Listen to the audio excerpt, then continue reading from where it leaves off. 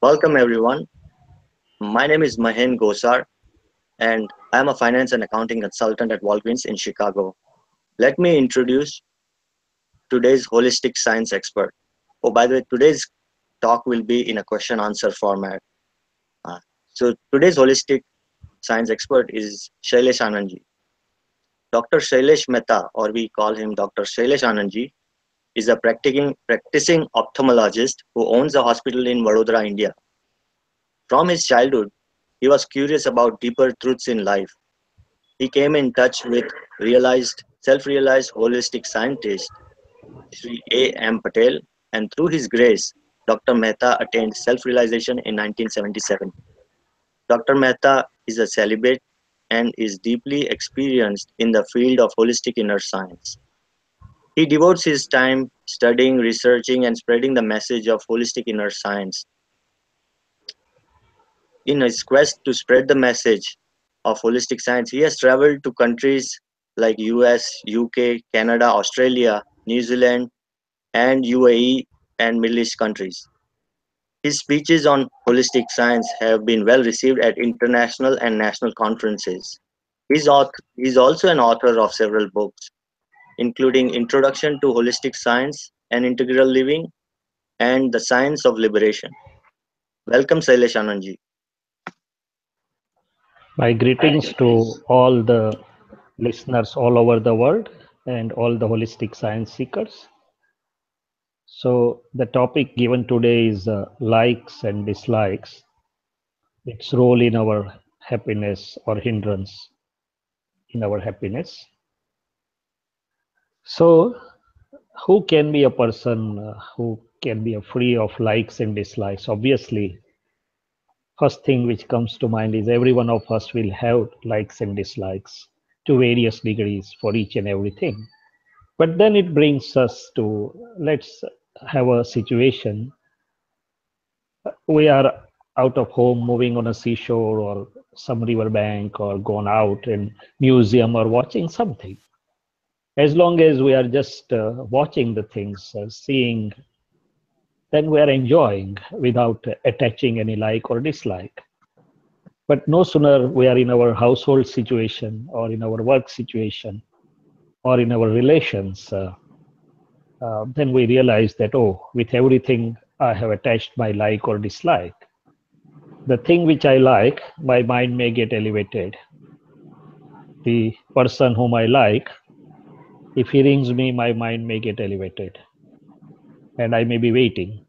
But when he leaves me, I may be little again down. Means elevation usually is followed by a downward trend of mind. A person whom I don't like at all, if someone talks of him or her, even in his or her absence, I may get disturbed without any wire, without any current. So, if we observe, our mind has a tendency to have likes and dislikes for each person, for each situation, for each thing, for each object. And we feel that, okay, I'm happy if the thing is of my liking. But that's not really the happiness, it is an elevated state of mind. And elevation and depression, ups and downs, are really not the, in nutshell, really happiness. But still we accept it, okay. But as I go forward, wherever my likes and dislikes are little more intense, little they are of more serious or more deeper nature, it gets converted to opinions, and beyond that it may get converted into attachment and aversions. In fact, if you want, or if we all want to enjoy the life and living, we should know that I am the pure consciousness, knower and seer, and I have to know and see the situations as it unfolds and pass through it without rather getting attached with opinions or attachments and aversions. It's a humorous simile that if I go to a museum, a wonderful museum, I'm not allowed to take anything out of the museum. I'm allowed to see the museum and enjoy the museum, but not allowed to take anything out of the museum. So what does this mean? No sooner I attach my opinion, like and dislike, no sooner good and bad, ought to be and ought not to be. I take the things with me at the level of my mind, and sometimes it even becomes a baggage. So the enlightened ones say that it is natural for you to have likes and dislikes because mind itself is having the dual nature, mind and intellect cannot come out of the duality. So you are going to have the two aspects, likes and dislikes, but watch the carefully that in normality it can be allowed, but when it becomes more intense, when it becomes more in depth or grave, it would affect you, your freedom, it would affect your happiness. Especially, can anyone have only one side of the story that I have likings everywhere and I don't have dislikes? It cannot be because by itself it is of a dual nature. So no sooner I say I like Mahen most because he's a straightforward, I'm going to say I dislike another person the most because he's the crooked one. So for every like, there is going to be other end of the bank of the river that it's a duality. It's by itself, of a dual nature. If I like the soft spoken person, I will not like the outspoken person. So there is going to be a counterpart of it, and it is going to bother me. If we go still deeper down, the enlightened ones say there are only two things in life, self and circumstances. Circumstances does include animate and inanimate. Animate means living beings or persons with whom we are related by one or other means, maybe relational means, maybe professional, maybe social, maybe anything. Or there may be inanimate means situations. So as long as you remain equanimous, as long as you can remain neutral, as long as you can remain as an overseer, you will be happy by yourself because the happiness is inherent nature of our pure consciousness. It doesn't have to come from outside. And when I see through the filter of likes and dislikes at the level of mind, I'm ascribing happiness through that filter. I'm seeing the world through my tainted glasses.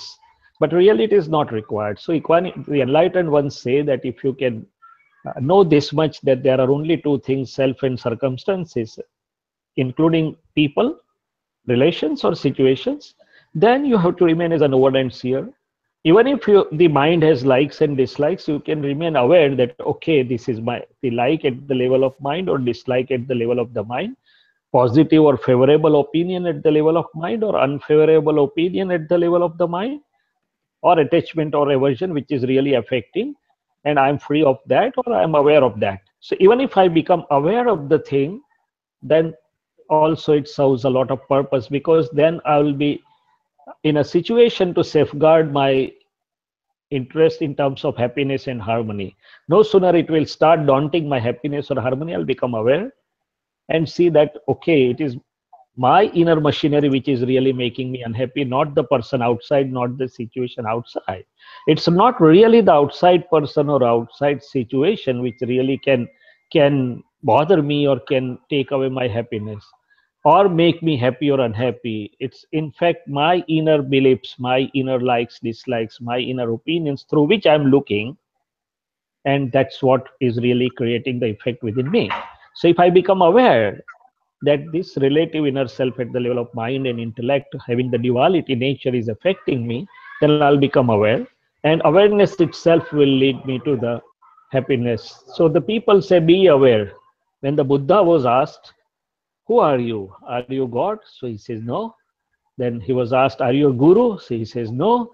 Then who are you? So he says, I am awakened person. I'm the person with who is awakened. Just I'm awakened. So I'm conscious, I'm awakened. So similarly, all the enlightened ones has this key.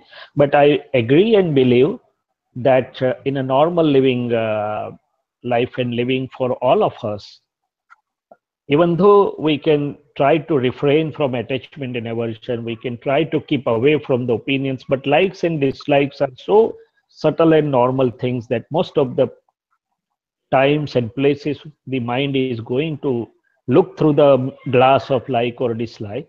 That's okay, but be aware that it doesn't disturb us a lot, it doesn't take away our happiness in either way. If I'm too much liking some person, then when the person will be away from me, I'll be unhappy. See, a young boy and a young girl, they like each other very much in the initial phase when they meet. So they are, the mind or even inner self is unhappy till the person is away, when he will come, when she will come, whatever, and again becomes unhappy when the person goes away. And everybody is aware that after a while the reaction may come, something goes, doesn't go as per our expectation, and as a reaction the like gets converted into equal amount of dislike, or sometimes even more than that. So this duality nature by itself is leading to loss of happiness or lack of happiness. It's a reactionary thing, and it's not me. If I can remain, see, you are standing on a seashore and you are enjoying. You never say that this is good and this litter is here and I don't dislike and I like this. You are just enjoying it. You go to anything and you just see and enjoy the things, and you don't say I'm liking or disliking. So this is, I think, the basics opening for today's topic, and then we'll go as the questions come. Sure. Thank you, Dr. Shailesh, for providing a foundation for what causes likes and dislikes, and how do we deal with them. Could you elaborate on, is there a holistic science saying about we should not like our children? Could you please clarify on that, and then we can take question answers from from the participant. No, no, yeah, please. So it's something like this, that it's a natural tendency of a mother or a father. Motherhood, I would say it's a motherhood characteristic, or it is a fatherhood characteristic, or a parent characteristic, that your natural instinct or natural inherent tendencies will be to like your children, even if they are handicapped sometimes, even if they are not mentally that good. But that's going to be natural bondage. So it is not something like that that you don't like your children. No. How can the one say? The holistic science never says you any unrealistic thing. That's what I have experienced or I understand. But it just says understand that okay, you, the natural tendency is to like or to love your children, and you have to love your children. But what is love or liking? It should be free of expectation and condition. In that case, it will flow nicely. Otherwise, one fine day, your child, when your son or daughter has grown up now, 13, 14, 15, and will say, Dad, I don't agree with you. I can't any longer agree with you. I'm going to walk my way, or I'm going to do my way. And your heart will be broken. So just remain little aware that this is a good natural thing, and we are the gardener of a garden. We are not the owner of a garden. The duty of a gardener is to nourish each and every plant and take care and allow the flowers or fruits to blossom own way. The gardener never decides how the rose flower has to blossom, how the jasmine has to blossom, how the orchid has to blossom. The gardener's duty is to take care, give the nourishment and water, and see that the plants grow well. So if we have this little understanding with us, I think our living would be good, that we have done our duty well. We have showered the selfless love towards our children, and we have given them all sorts of holistic knowledge and education to grow them well. And let's see what the nature has to do. Yes, for those who are deeper down with a vision of self realization or with a vision of enlightenment, then they can see that, okay, all these relations are out of interconnectivity, but they are of some finite duration. So all these relatives are temporary adjustments and real is permanent. In other way, I will see that by relative perspective, he's my son or she's my daughter, but by real perspective, there is a pure self within each one of them. And the pure self is forever or perpetual, whereas all other things are the changing ones. Not that they are to be neglected or not paid attention to, but I have to know that rest of the things are the changing things. As everything changes in the life, all the phases of the things change in the life. Similarly, the phases of our relations also change in the life. And all of us have been experiencing that we have a great love for our children till they become young and till they become married. Once they are married, have equal love, same love, but their focus may change. And when they walk away with their own home, when the birds fly out of nest, it should not pinch our heart. It should not bite our heart. That much awareness, I think, we should have. And then, because all these circumstances, then as when I started, the enlightened ones say there are only two things: self and circumstances. So these relations and duration and they being with us are also of some duration.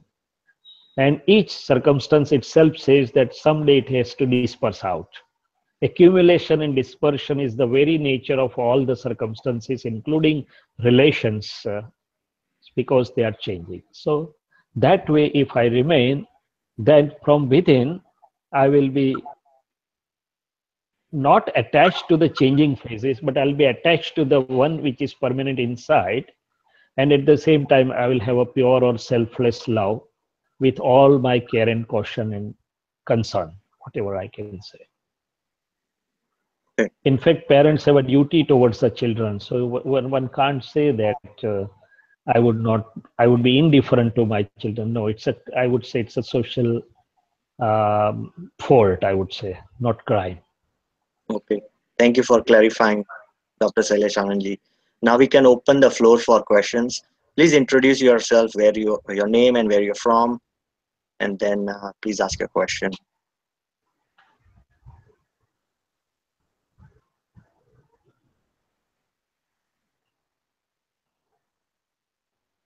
Yeah. Good morning, Dr. Shailesh. Thank you for your uh, very enlightening discussion. I have heard some of your previous talks also on related topics, and the understanding I have so far is that uh, all of our uh, thoughts that we get, they ultimately stem from an underlying like or dislike. Uh, Either it's an aspiration towards what we like or an aversion to what we dislike. And when we don't get something that we like, we create aspersions on the people around us or situations around us. Yes. But when we look deep Yes. down at the root of it, and please correct me if this is not right, that there is some aspect of liking that I have, and my disliking is Yes. stemming because I have that underlying liking inside. Yes. So Yes. you have mentioned that likes and dislikes are an integral part of the human mind. I wanted to understand two or three things. One is that you seem to imply that liking and disliking is normal, but then it can beyond that it can go into being abnormal. Also, I have heard some statements from the fully self-enlightened ones that uh, to be completely happy, convert your dislikes to likes. Yeah. So, is there a state possible where? So, two questions. One is, what is the distinction between one, whether this liking and disliking, whether it is normal, or if you convert that from disliking to liking, how do you convert that from disliking to liking? And what is the difference between the state of liking and disliking, which you say is normal, compared to when you start getting opinions? What is the subtle distinction between that? How do we experience that? So very good question. When I said liking and disliking normal for human mind, I just meant to say that for most of us, it is going to be there. Yes, there is a state when in an enlightened journey, journey after enlightenment, when one is about to reach the final stage of accomplishment, one is totally free of likes and dislikes. That is possible. But for most of us, the mind itself, the intellect itself is going to show the dual aspects, means likes and dislikes. So meaning thereby, see, normal means it's not disturbing me, it's not disturbing others, in simple words. So sometimes I say I like tea or I doesn't like tea. Yes, okay, that's fine. The tea is not going to put a claim on me that why do you say that you are disliking me? But when it comes to living beings, see what happens most of the times. Now, two people come together and they get married, and when they are married, they have looked at the positive aspects of each other, so they like so much each other that they feel that we can't live with the other person. No, I can't live with the other person. We like so much and we love so much. After a while, the situation sometimes changes to the reverse way. I can't stand that person anymore. I dislike, I hate, and whatnot. So this, this every one of us has the mind is a mechanical thing. Mind is going to show you both aspects, like and dislike. It is we have to decide how much to listen to the mind or how much to go by the mind and how much not to go by the mind. Now, when you said how to convert dislike into like, I'll give one humorous example and then some few more examples. This story was shared by me at one of the seminar at Australia, and probably a real life situation. That one couple had filed a divorce case. The judge was a wise fellow. As a role of judge, he listened everything, and then at the end he said to each one, wife first and then husband, would you mind talking to me in my chamber for 5 minutes? If you don't mind, who will say no to judge? Then he called the wife and asked that, so what are your problems? So she narrated all the complaints or negativities. Then judge asked, but when you selected him and you married, and you must have seen something positive. Yeah, yes, he has that way many positives. If I'm not well, he will not eat in, he will take care of me. He always comes and puts money in my hand. So she also narrated few positive things about him. So judge said, okay, go now. You can go home. List on one side the negatives which all you have noted your mind, and other side list positives which you feel are there in your husband. Similarly, he talked to husband. Then he said, well, all three meet together after 1 week. You can read out your negative points for the other person, but also read out the positive points. And that was done. And they both felt, oh, still he or she looks so much positive into me, and both mind changed. So the art of changing the mind from negative to positive, from dislike to like, is show mind something good or something positive, that after all he or she is a good person, after all he or she has a good characteristic. I may not like the thorn of a rose, but as soon as I look at the flower of the rose and I tell, oh, what a good fragrance the rose has, the dislike for the thorn will be converted to the like for the rose and its fragrance. So similarly, that is one aspect. The second aspect is the enlightened ones gave us the vision of looking how positively to look at each and everything. Suppose I dislike a person who is criticizing me, or I dislike a person who is letting me down or insulting me. But when my vision or understanding is changed, then I start understanding that, oh, I should be thankful to that person, because with his time and energy, he is giving me the opportunity to improve, to look within, to introspect, and to improve. With his time, energy, with his laundry machine and washing shop, he is washing away my egoism and making it normal. He is giving his or her energy to me and making me free of one karmic bond. So there is always something to be gained from each situation or each person or each behavior. Even though he was a physical scientist, he said, there is opportunity in every difficulty. So the mind has dislike for difficulty, but when I see the opportunity in difficulty, that okay, it allows me to grow from within, it allows me to become more mature, my inner energies will become better, then I will start liking those particular things. So as my understanding of the holistic science grows well, there is nothing to be disliked in the world. Not a single person who is abusing me, who is cursing me, who is insulting me, or one who is helping me. So it balances out. And on the other hand, it also keeps me little aware and awakened and warned that somebody I may be liking most, and my mind may be crazy about him or her or that situation. And the holistic science wants me, be aware. Someday you may not have that particular person or situation with you, and you should not be lost, or you should not be that sad. So remain normal in any situation. Above normal is also not good, below normal is also not good. Come to normal.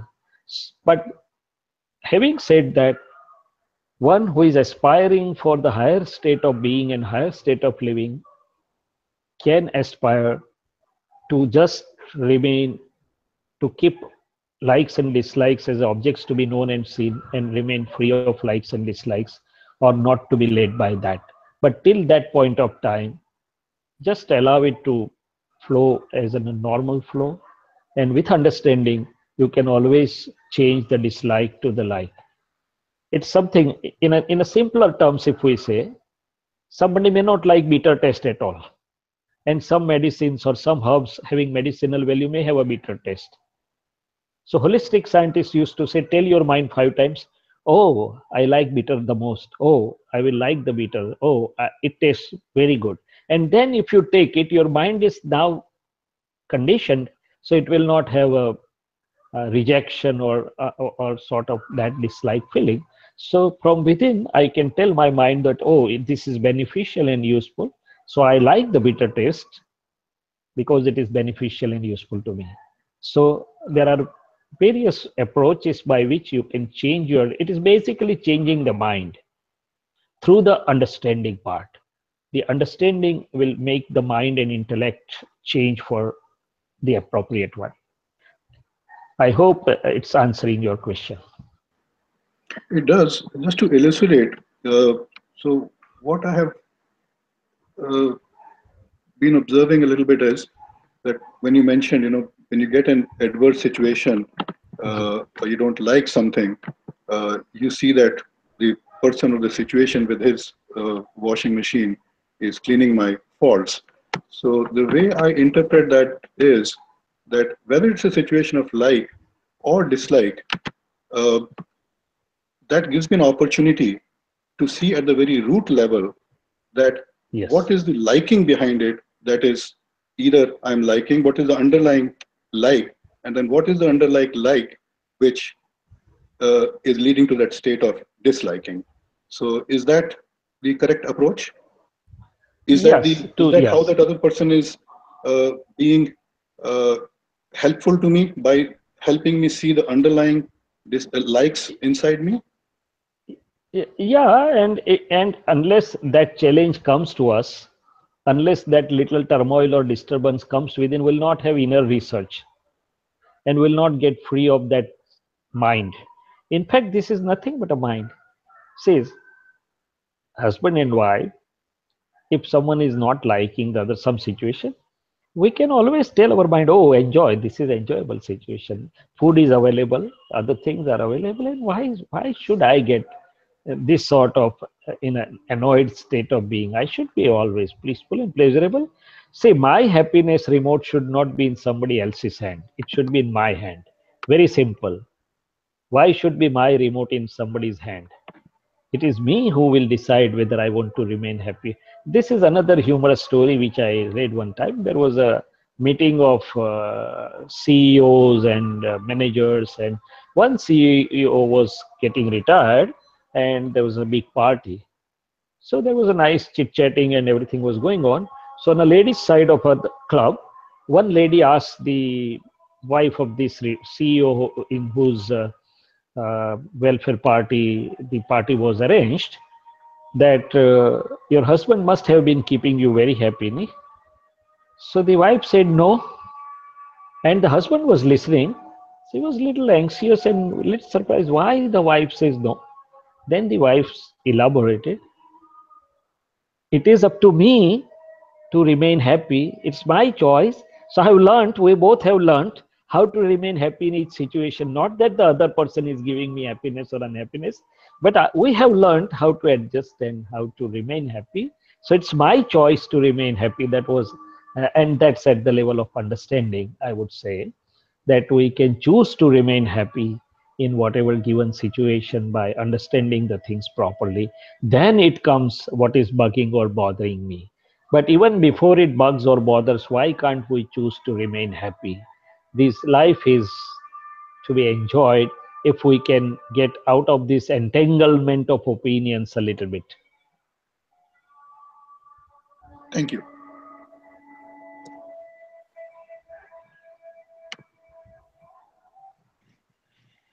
Good evening, Sailashananji. This is Rajnikant Patel from Bethlehem, Pennsylvania. I am retired executive and author of children's book. Very good, this topic, you elaborated quite a bit, but like you earlier said, everybody has likes and dislikes. Yes. You know, but what we know that dislikes are not good.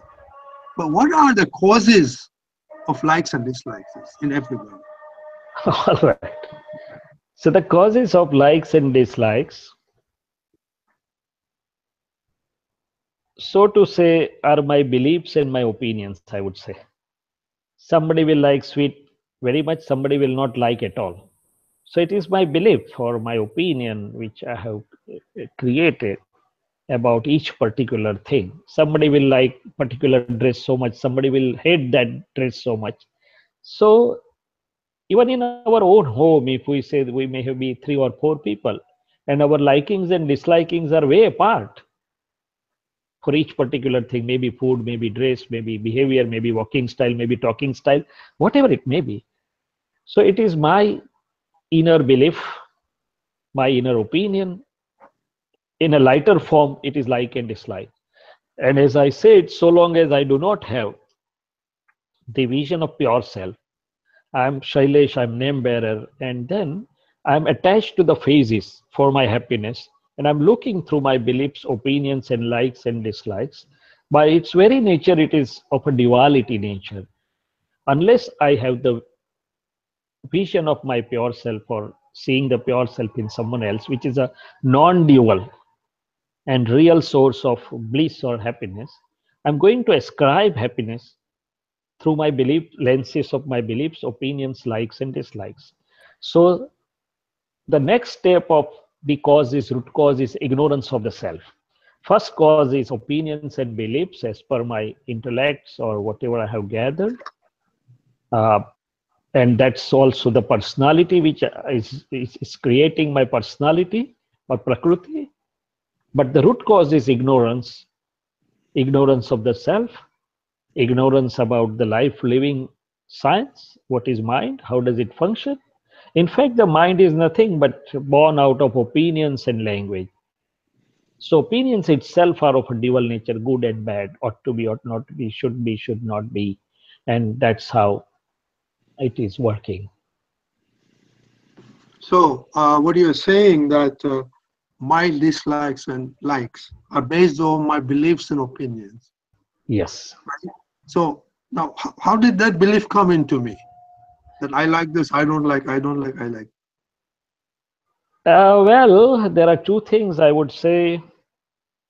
The people talk of nature and nurture. Nature and nurture means few things I have brought with me as my inherent personality. We have been observing that even the twins in their very early infancy stage, they also come out with different likes and dislikes, even though they are twins. So from where they bring this? So part of it is nature, means the personality which I have brought with me. It said that a small neem seed will have a whole neem tree inside it. A small mango seed will have a whole mango characteristics, branches and stems and fruits and other things into it. So something I'm bringing with me is inculcated into me through my long journey. Whatever phases I have passed through, whatever understanding I had, I have always into one of the two modes. It should be this way, it should not be this way. It is better if it is this way, if it is not good if it is that way. So that sort of bhava bhav or good and bad, my signing into good and bad projections while passing through the phases of all this, based on my prevailing understanding at that particular time, it attracts the atoms and molecules from outside. At that time it is a causal mind, and then it becomes a gross mind or a functioning mind which already has the atoms and molecules imprinted with these dual sort of opinions or natures. And the second part is nurture, means environment I'm passing through, the situations, people, and other things around me, and whatever lessons or the inferences I'm drawing based on my prevailing understanding at this time, it keeps on modifying. But it is not the sole factor. The main factor is within me. See, three friends may be there. One friend will develop the opinion pro to it, and one friend against it, and one friend may remain neutral to it, even in the same environmental situation. So it's a mixture of nature and nurture, mixture of what I have brought with me, as well as the influence of environment. But the key point for the holistic science and for everybody is, what is my understanding at that moment? Because it is through this understanding that I'm going to sign pro or against or remain equanimous to that particular thing. So, but at the root of all these things is ignorance of who am I, what is my real self, what is the nature of pure conscious, and what is not. That having that root cause, these things operate like this, that I'm passing through various phases of life and I'm creating the causal mind, and that causal mind becomes functional in due course of time. And when it becomes functional, whatever the notes I have brought with me, it is going to show me the pro and cons of the things.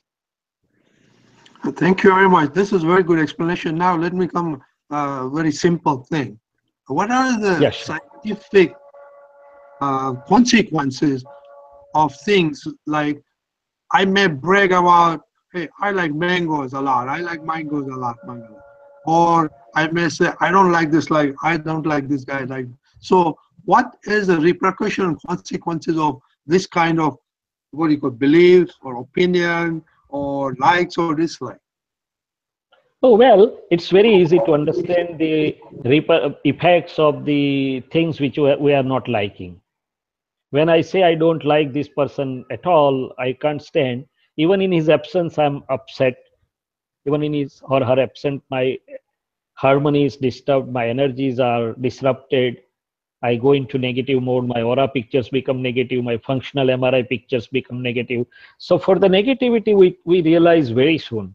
And if the gravity is much more, then I become so much disturbed, and even I may lose my control or command over myself, and I may bust out also if the situation is such I have such a hatred for somebody and I have to deal with that person, then I may become so much upset that I may end up into not only psychological diseases but physical diseases also, because the modern science also has proved that body, mind, conscious all are connected, and most of the things the at the level of mind does get effect on the body level.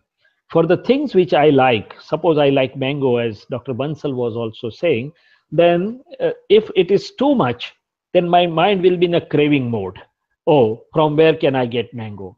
Why I'm not getting good mangoes? And I'll go miles also for getting those mangoes. So it takes a lot of my time, energy, my existence to attain it or to get it or to grab it. Till I'm not getting it, I'm little restless also. Once I get it, the mind says, oh, I got it. But that's for some small time. Another humorous example, uh, once at 11 night, an 80 kg person was running to get something. So the enlightened one was watching. So why are you running at 11 night? So, oh, we have decided that whosoever wins or loses has to give the party of jalebi and bhajia, and the shop will close, so I'm just running down. So that small jalebi and bhajia was making 80 kg 90 kg men run like anything, a madman. And sometimes we know that the things which we are mad about it, liking so much, liking that at the level of madness, sometimes even if it is available to us, that excitement may lead to heart attack, or that excitement may lead to disturbed blood pressures and whatnot. So anything above or below is really not good. In a normal limits, it's all right for a normal human living. So it does have effect not only on the mind, it does have effect on the body also. it does have effect on my normal functioning also. So one has to be little aware that let it not play a role on my happiness and harmony in a negative way. Thank you. That's a good explanation. Now, you keep on saying, if you know yourself or if you know who I am, what is the difference between a person who doesn't know it and does know it? Oh, uh, for the person who doesn't know it, it is really very difficult to understand what it is. But the person who has known it now can definitely experience that what I was before and what I am now, there is a sea change, there is a north south change. Even Eckhart Tolle, even the people who are of the Westerners with some wisdom, they are also talking of the same thing, that be with yourself, be in present, don't attach your happiness to objects or shape or form or other things, with the same intention that as long as I'm name bearer, as long as I'm Shailis, I'm not knowing who am I, I'm going to be bound to with various things which are always changing, which are dependent, which are not in my hand, which are changing. And that's how my roller coaster ride will never end. Roller coaster elevation and depression, excitement and grief and joy and whatever you say, that roller coaster ride will always go on. And most of the time I'll not be enjoying what I have, but I'll be worried about what I don't have or when it will go away or when some unseen will happen. So that's the situation. And even if I have everything with me, whatever I want in worldly terms, my inner unrest will not go away because the conscious is attached to the matter. It's like joining the two wires of a light, which brings the spark by itself. But when I know who am I, the everything relatively remains as it is, but now I know what is the characteristic of my pure self. The bliss starts, inner unrest goes away. I become free from within, at least. I become knower and seer of all these things, likes, dislikes. So to say, unless that inner vision opens out, I cannot really understand my inner world. That is why the logo of holistic science is discover the world within. The world is within, the universe is within, discover the world within. And who can know the world within can know the universe as well. Or one who has discovered the world within will, in short time, will be able to understand the universe also. So to know who am I, or to know, because, and other thing is, the really the source of bliss or happiness is that conscious or that true self. Not knowing that I'm ascribing the things to outside, and the simile is given is as if a dog who is biting a bone and the taste is coming out of the blood or tongue bite, and the dog feels that it is coming out of that bare bone. It's something like that. It is being ascribed through beliefs to outside, but really the source is within. So that is why the wise people or enlightened ones always say that people have known everything. We realize everything. We realize that this sofa is to be brought. We realize these electronic goods are good or not, but we have not realized the self. And probably that is the biggest blunder or the blunder. So Yes, thank that's you very the much. once. Thank you very much. I like your example of the dog and illusion. Illusion. Yeah. Thank you very much. This was wonderful.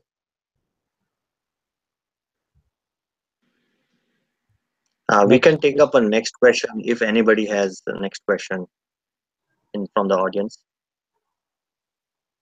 Okay, if not, I have a question.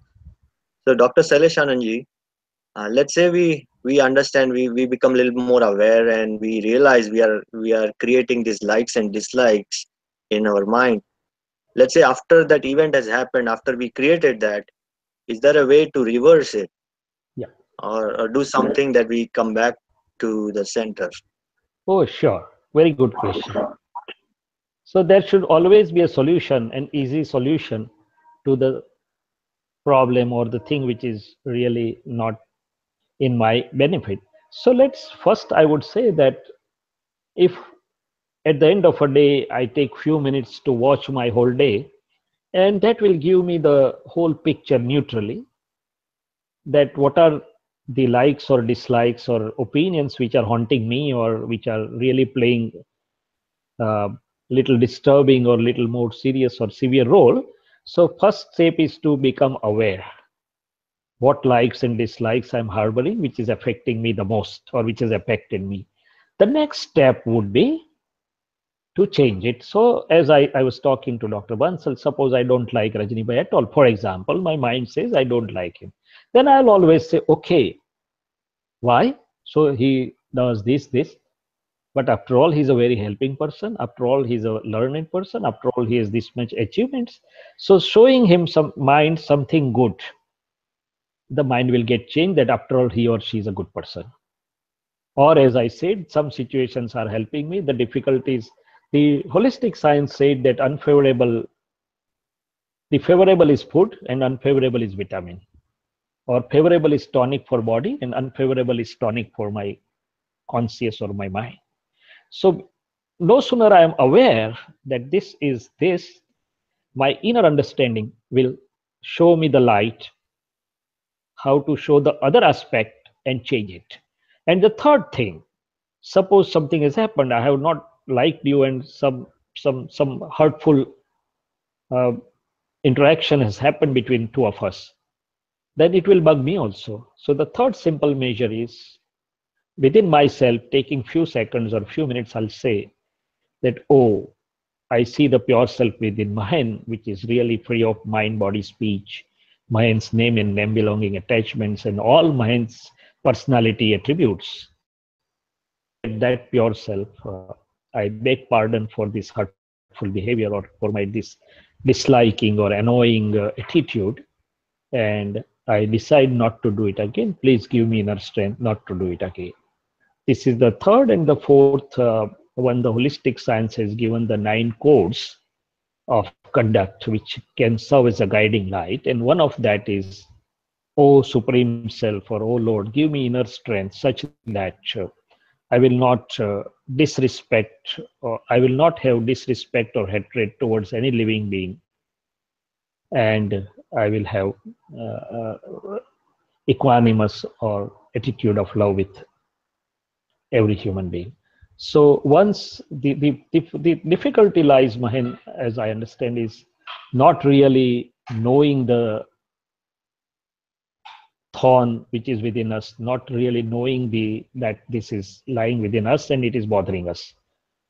And once we become aware, the solution is, I think, simple and handy. Immediately the inner understanding will change the mind, worse in the form of confession, apology, resolution, and we can ask for inner energy in the form of codes of conducts also. Okay, wonderful. Thank you for providing this clarification. At some point, everyone faces that dilemma that, we have done that, and now how do we go back to it? So these are some good tools Yes. to follow. Yes. There should always be. Even your GPS says, please take legal U-turn at the first available exit. And if you don't listen again, it says, please take the next exit or please take the U-turn. Right? Yeah, it doesn't give up. It doesn't give up. Similarly, there is inner understanding within us, which really keeps us saying, but only thing is we should listen to it. Wonderful. I have So one I think question. yeah, go ahead, please. So you just mentioned very nicely Mahin's question regarding if you have a dislike for a situation, then you take those following steps. Now, sometimes what happens is you want something, you like something, and there is a worry about not getting it, and a state of worry or anxiety or depression. So, how do you trace back what is it that your mind is craving, and how do you get over the worry or anxiety or the tension resulting from that state? That's very good question, and I think very good. And most of the times, that's a state most of us feel that more the value we attach to the thing, more the liking we attach to the thing, more will be the craving or apprehension, and more will be the worry whether I'll get it or not. So there are two simple aphorisms in a holistic science. Enjoy whatever is available and in front of you. Don't bother for the things not available to you. जिसे बोलते हैं प्राप्त को भुगतो अप्राप्त की चिंता मत करो. That is one thing. Because after all, I have to talk to my mind that why you are so much apprehensive or anxious about the thing. So, okay, why I like it so much? You like it so much and you want to have it. Why? For happiness. But are you getting happiness right now? So you are losing. So come back. Even if it is available, we are happy. Even if it is not available, we are happy. So the bottom line is happiness. So enjoy whatever is available and in front, and don't bother for the things not available or in front at the moment. Right? You can always put your normal efforts, but then see what the nature has to do, because that is not the situation or object which is really going to make me happy or unhappy. It is my perspective of looking at the things which is going to make me happy or unhappy. So I have to understand that it is my inner understanding, my inner vision, my inner perception, which is really the most important thing and not the objective. And that is why the people are now saying remain in present, remain in present, remain in present, means enjoy whatever is in front and available to you, and rather than going into past or future. The second thing is deal with the situations amicably and with equanimity. प्राप्त संजोगों का सुमेल से समता पूर्वक निपटारा करे. वो that is another situation.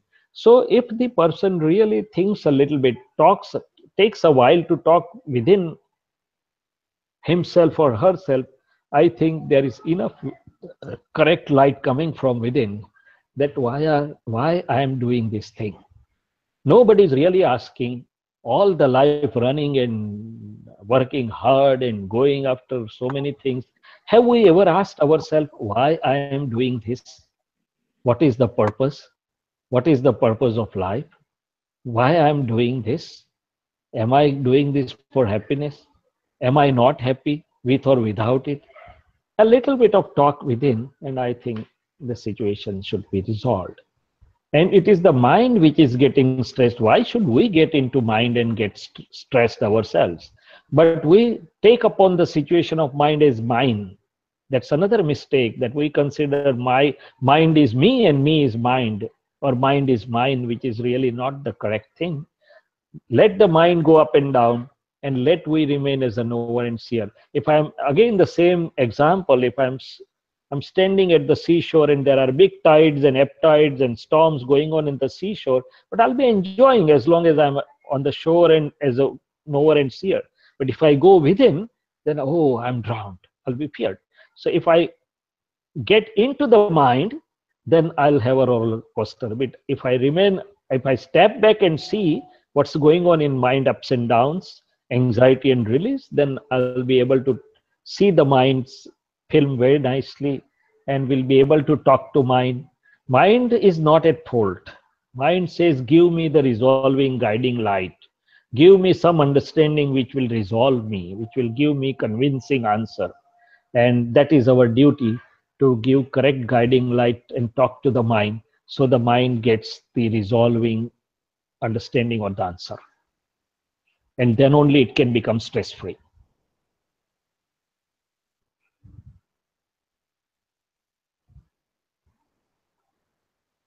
So incorrect understanding has been leading to all these things. The correct understanding can resolve everything.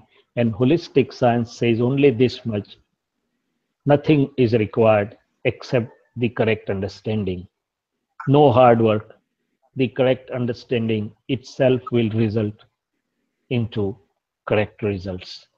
And that we know in this present scientific world, that for doing anything, for doing any experiment, if I have the correct understanding or knowledge of the process or fundamentals, very easily, effortlessly, the results will be correct.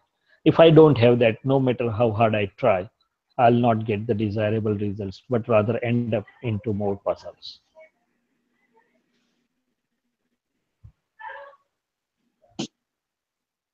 Wonderful. Uh, I think we have just enough time for maybe one question. If not, then we can wrap up this last call for any questions. So can I ask one more question? Yeah, please. So when you're attached to some source of external happiness and you're anxious about not getting it, or that state of turmoil, and the mind keeps showing you different uh, options of different efforts. Mind will show, okay, do this, do this, do that, different kinds of ways. So do you just keep aloof from all the options that it is showing and just stay away from the mind, or No, do you no. accept certain options? What is the right option to go externally in that Yes. situation? So there is not only the mind, but there is whole inner parliament which is going on. Mind says something, reflective consciousness shows it, intellect also weighs pros and cons. And with understanding, we understand it. Okay, this and this much is appropriate. So once we understand that this and this much is appropriate, it is not that we sit without doing anything. Do your best according to your understanding, abilities, care, and caution, but in a normal limits. Because if it would have been in my hands, if I would have been independent or holding the powers, there was no need to work hard or no need to become anxious or stressful. If it is not totally in my hand, there is either no need to become panicky or stressful. So to best of my understanding, care, caution, and abilities, I have to work in a normal and put the normal efforts and see what the nature has to do. And the another secret is the nature works as per my own bhav or projections. So what is in my hand is bhav or projections. So knowing this science, I'll project bhav or projections correctly. I'll decide, remain sincere, work hard, pray, and leave rest to nature. And then also I will know that whatever has happened is true and correct because it is the sum total of so many scientific circumstantial evidences coming together. So we have to go like this. We have to work, but we have to work in an appropriate understanding way and in a normal and natural efforts. So normal and natural, if we understand these two words, I think it helps us a lot in our daily living. And as I said again and again, I have to ask my mind, why are you so crazy, or why do you want this? Why are you so mad about this? Become normal and let's see. And in fact, the rule is the less the craving, more easily it is given by nature. More the craving, and nature will put more challenges or will deprive you. That's also a fact of life. Thank you, Shailashananji. I think we should talk about this normal and normality that you just mentioned in one of the future holistic science meetings. Oh yeah, that's a very good topic. yeah, very good. Very yet very subtle also. But yes, we can certainly we can certainly talk on to that. Thank you. Thank you. Well, we are just run into the time limit. So thank you, Dr. Sailesh Anandji, for explaining the topic of likes and dislikes and how their duality, and give us some tools and solutions how to be aware and how to overcome that. And we had some good questions from the audiences. So definitely had a very good discussion, and hope this helped everyone with a better understanding. So our next talk show would be on August 20th, and we hope everybody can make it. And thank you, everybody. Thank you.